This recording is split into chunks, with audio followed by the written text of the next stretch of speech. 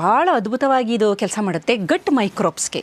ಇಡೀ ಜಗತ್ತಿನಲ್ಲಿ ಹೆಚ್ಚಿನ ಸಂಶೋಧನೆ ನಡೀತಿರೋದು ಗಟ್ ಮೈಕ್ರೋಬಯೋಮ್. ನಾನು ಭಾಳಷ್ಟು ವಿಡಿಯೋದಲ್ಲಿ ಹೇಳಿದ್ದೀನಿ, ನಮ್ಮ ಕರುಳಿನಲ್ಲಿ ಒಳ್ಳೆ ಬ್ಯಾಕ್ಟೀರಿಯಾಗಳಿರುತ್ತೆ. ಅದರಲ್ಲಿ ಮುಖ್ಯವಾಗಿ ಲ್ಯಾಕ್ಟೋಬ್ಯಾಸಿಲಸ್ಸು, ಬೈಫಿಡೋ ಬ್ಯಾಕ್ಟೀರಿಯಾಗಳು. ಇವುಗಳು ಚೆನ್ನಾಗಿದ್ದಾಗ ನಾವು ಅದ್ಭುತವಾಗಿರ್ತೀವಿ. ಫಿಸಿಕಲ್, ದೈಹಿಕ ಆರೋಗ್ಯ, ಮಾನಸಿಕ ಆರೋಗ್ಯ, ಎಲ್ಲ ಆರೋಗ್ಯ, ನಮ್ಮ ಮೂಡು ಎಲ್ಲ ಚೆನ್ನಾಗಿರಬೇಕು ಅಂದರೆ ಈ ಗಟ್ ಮೈಕ್ರೋಬಯೋಮ್, ಈ ಬ್ಯಾಕ್ಟೀರಿಯಾಗಳು ಚೆನ್ನಾಗಿದ್ದಾಗ ಮಾತ್ರ. ಇದಕ್ಕೆ ನಾವು ಮುಖ್ಯವಾಗಿ ನಾನು ಬಹಳಷ್ಟು ವಿಡಿಯೋದಲ್ಲಿ ಹೇಳಿದ್ದೀನಿ, ಪ್ರೋಬಯಾಟಿಕ್ಸ್ ತಿನ್ನಬೇಕು ನೀವು ಅಂತ.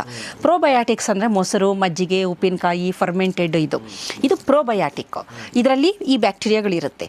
ಪ್ರೀಬಯಾಟಿಕ್ ಅಂತ ಒಂದಿದೆ. ಪ್ರೀಬಯಾಟಿಕ್ ಅಂದರೆ ಈ ಬ್ಯಾಕ್ಟೀರಿಯಾಗಳಿಗೆ ಆಹಾರ. ಯಾವುದು ಆಹಾರ ಅಂದರೆ ನಾರಿನಾಂಶದಿಂದ ಕೂಡಿದ ಆಹಾರ. ಅದರಲ್ಲಿ ಪ್ರಮುಖವಾಗಿ ಸಾಲ್ಯುಬಲ್ ಫೈಬರ್. ಈ ನಮ್ಮ ನುಗ್ಗೆ ಸೊಪ್ಪಿನಲ್ಲಿರೋದು ಸಾಲ್ಯುಬಲ್ ಫೈಬರ್ ಅಂತ ಕರಿತೀವಿ. ನುಗ್ಗೆ ಸೊಪ್ಪನ್ನ ನೀವು ತೊಳೆದು ನೋಡಿದ್ರೆ ಅದು ಮುಳುಗಲ್ಲ, ಅಂದರೆ ಅದ್ರ ಮೇಲೆ ಆ ಎಲೆ ಮೇಲೆ ನೀರು ಕೂರಲ್ಲ. ಅದು ನೀವು ನೀರಲ್ಲಿ ಅದ್ದಾಗ ಎಲೆ ಮೇಲೆ ನೀರು ಕೂರಲ್ಲ. ಕಾರಣ ಏನಂದರೆ ಅಷ್ಟೊಂದು ವಿಶಿಷ್ಟವಾದ ರಾಸಾಯನಿಕಗಳು ಅದರಲ್ಲಿದೆ.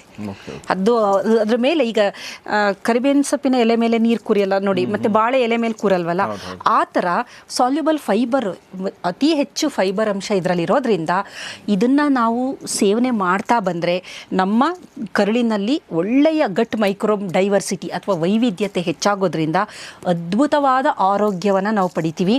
ಕರುಳಿಗೆ ಸಂಬಂಧಿಸಿದಂತಹ ಯಾವುದೇ ರೀತಿಯ ತೊಂದರೆಗಳು ಇರೋದಿಲ್ಲ. ಹಾಗಾಗಿ ನೋಡಿ, ಹಳ್ಳಿ ಜನಗಳಿಗೆ ಕರುಳಿಂದ ಸಮಸ್ಯೆ, ಆ ಥರ ಗ್ಯಾಸ್ಟ್ರೈಟಿಸು, ಇವೆಲ್ಲ ಈಗ ಗೊತ್ತೇ ಇಲ್ಲ ಅವ್ರಿಗೆ.